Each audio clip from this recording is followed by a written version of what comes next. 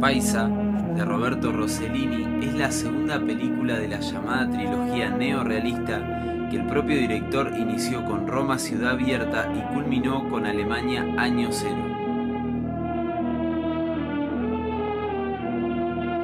Rossellini fue uno de los máximos representantes del neorrealismo italiano, movimiento cinematográfico que se genera en Italia, pero que se extiende al resto del mundo.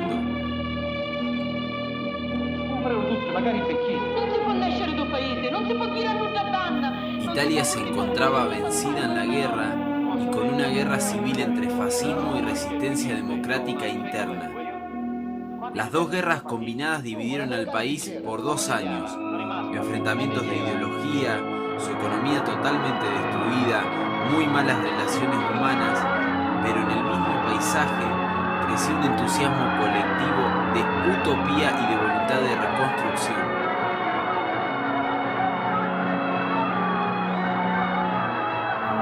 Después de la Segunda Guerra Mundial, Italia vuelve a asumir, después de 30 años, un papel predominante en el cine internacional.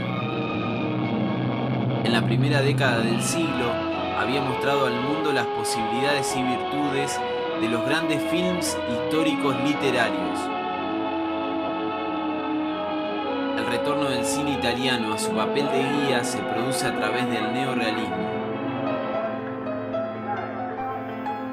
Una nueva mirada de la realidad, nuevos modos de producción, nueva relación entre artistas, sociedad y lenguajes. El cine es parte del paisaje social antes de volverse espejo. Los americanos, vencedores de la guerra que habían ocupado el país, traen consigo comportamientos de consumo, de lenguaje, de música y de cine, que en los años de fascismo habían sido prohibidos. Los alemanes habían desmantelado los estudios como el estudio Cinecittà y saqueado todos sus equipos.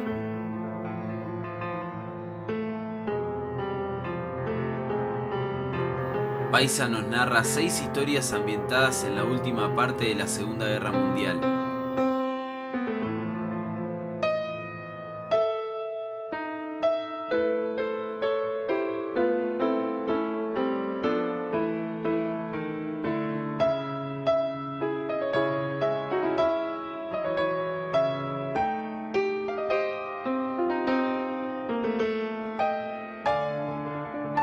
Sigue el avance de las tropas aliadas en la liberación de Sicilia, Nápoles, Roma, Florencia, Romagna y del delta del Po.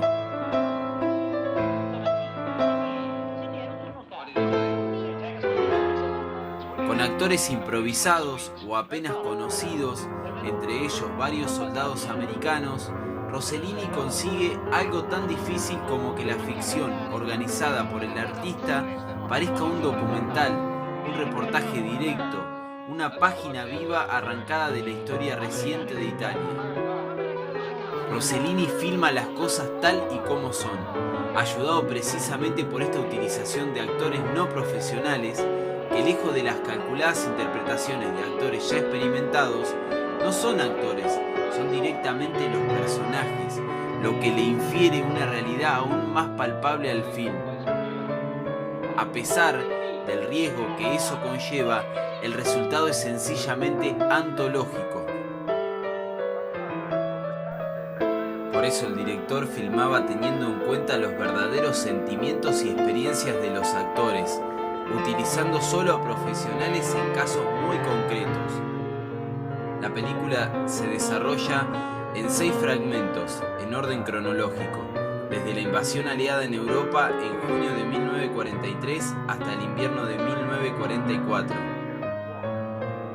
A pesar de que las 6 historias no comparten personajes, esa progresión es totalmente lógica al dotar al relato de un crescendo dramático hasta el final de la película, cuando una voz en off dice que al inicio de la primavera la guerra ha terminato. Questo accadeva nell'inverno del 1944. All'inizio della primavera la guerra era finita.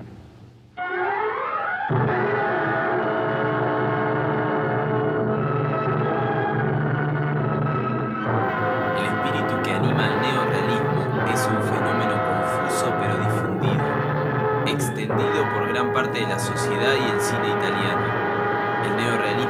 posterior a la guerra, funcionó como propulsor para un duradero refuerzo del cine italiano, una guía artística en la cultura. El Estado fascista, como otros estados totalitarios europeos, habían entendido que el cine era el arma más fuerte de propaganda. Será el neorrealismo el que convence a las clases intelectuales de la artisticidad del cine de ser el arma más progresista y moderna para volver a levantar una nación. La liberación de la Italia fascista, en la que la resistencia partisana jugó un papel decisivo, además de una revolución social y política, fue una mutación interna trascendental, cuyas grandes convulsiones, al igual que ocurrió antes en Rusia, saltarían a su cine operando una ruptura decisiva con la producción anterior. El neorrealismo no nació por generación espontánea.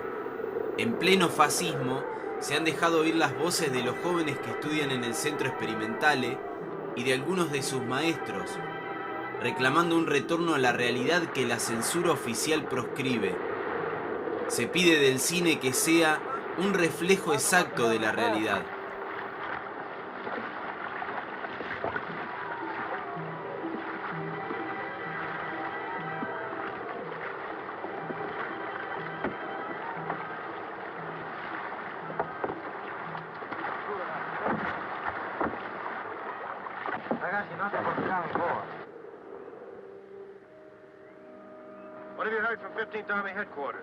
Es un balance halagador para un fenómeno nacido de modo sustancialmente espontáneo, privado de teorización sistemática, por lo tanto será imposible definirlo en términos precisos.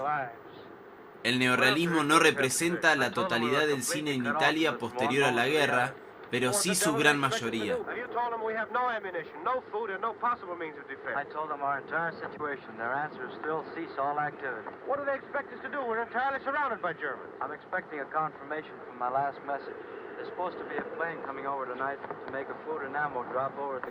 Referencias del cine soviético, poético francés y americano, más interpelable este en sentido social.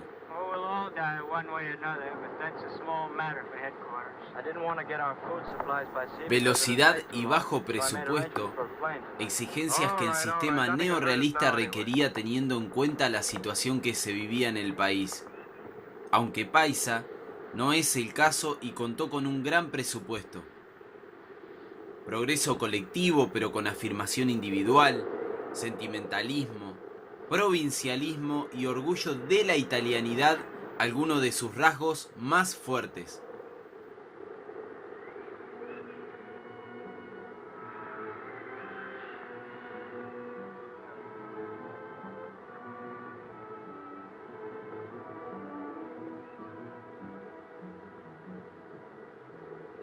Cabe destacar la desocupación infantil, la lucha contra la propaganda política a cambio de un falso sentimentalismo, otros de sus rasgos también muy importantes. Al señalar la originalidad del neorrealismo no conviene olvidar, sin embargo, las anteriores lecciones del realismo ruso, del documental británico y de la obra de Jean Renoir, cuyo influjo fue decisivo, así como del teatro popular dialectal y del estilo directo de la narrativa literaria norteamericana moderna.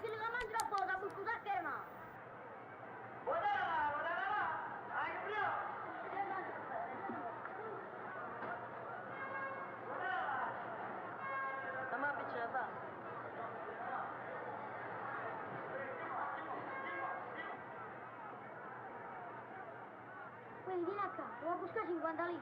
No, no voglio uscire. 100 lire, è buono. No, no voglio uscire. Su voluntad de objetividad documental y su exigencia verista abarcó dos planos distintos pero que se condicionan entre sí. En el orden temático, el neorrealismo centró su atención en la persona considerada como ser social, examinando sus relaciones con la colectividad en que está inserta.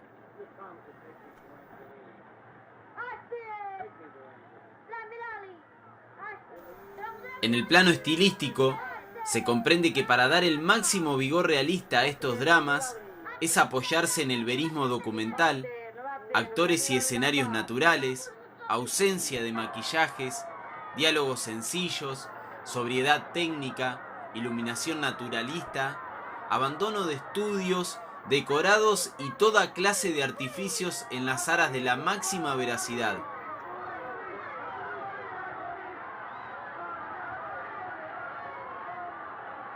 Es la realidad misma, sin adornos ni disimulos, en su impecable y conmovedora crudeza. La diversidad de tendencias en el seno del neorrealismo es un índice de su multiforme vitalidad. Al ala idealista y a veces cristiana, que ve en el cine un testimonio y espejo de la realidad, al ala marxista, que postula al realismo crítico, superando el simple testimonio para extraer conclusiones histórico-políticas a través de sus películas.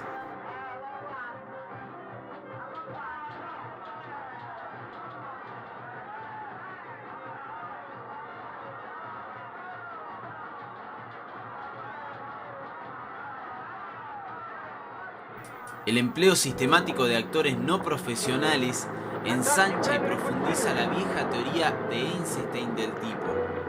Porque aquí los tipos no son meras pinceladas anecdóticas de un retablo colectivo, sino que soportan todo el peso de una larga y compleja acción dramática, con una eficacia y una convicción que para sí quisieran tener muchos actores profesionales.